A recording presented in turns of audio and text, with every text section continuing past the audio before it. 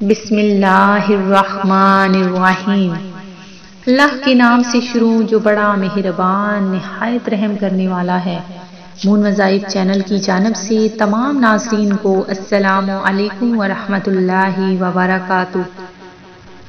میں اپنا چینل مون وظائف کی جانب سے آپ کے لیے آج ایک ایسا اسم اعظم لے کر حاضر ہوئی ہوں، اور ایسا اسم اعظم میں آپ کو یاد کرواؤں گی کہ ہر دعا آپ کی 1 سیکنڈ سے پہلے قبول ہو جائے گی۔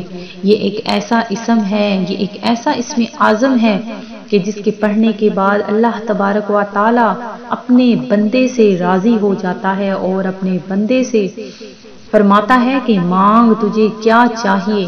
تو ناظرین، یہ ایک ایسا اسم اعظم میں آپ لوگوں کے لیے لے کر حاضر ہوئی ہوں کہ جس کے بعد اگر آپ دعا مانگیں گے تو ضرور وہ قبول ہوگی۔ آج ہی یہ اسم اعظم پڑھیں، اس کو یاد کریں اور اپنی زندگی کو بہتر بنا لیجئے۔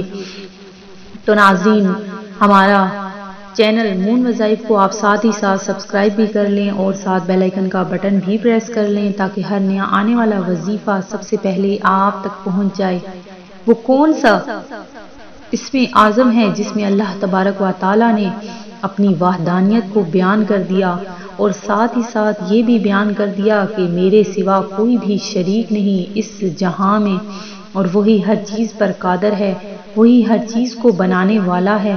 اللہ تبارک و تعالی کی ذات پاک میں کوئی بھی اس کا شریک نہیں۔ تو جب ہم وہ اسم اعظم اس کے ساتھ اللہ تبارک و تعالی کو پکارتے ہیں تو وہ ہماری پکار کو ضرور سنتا ہے۔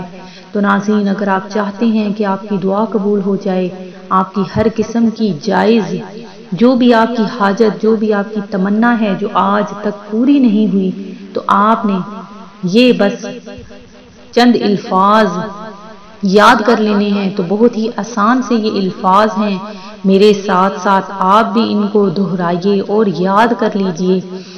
لا الہ الا اللہ وحدہ لا شریک لہ، لہ الملک لہ الحمد وہو علی کل شیء قدیر۔ لا الہ الا اللہ وحدہ لا شریک لہ، لہ الملک ولہ الحمد وہو علی کل شیء قدیر۔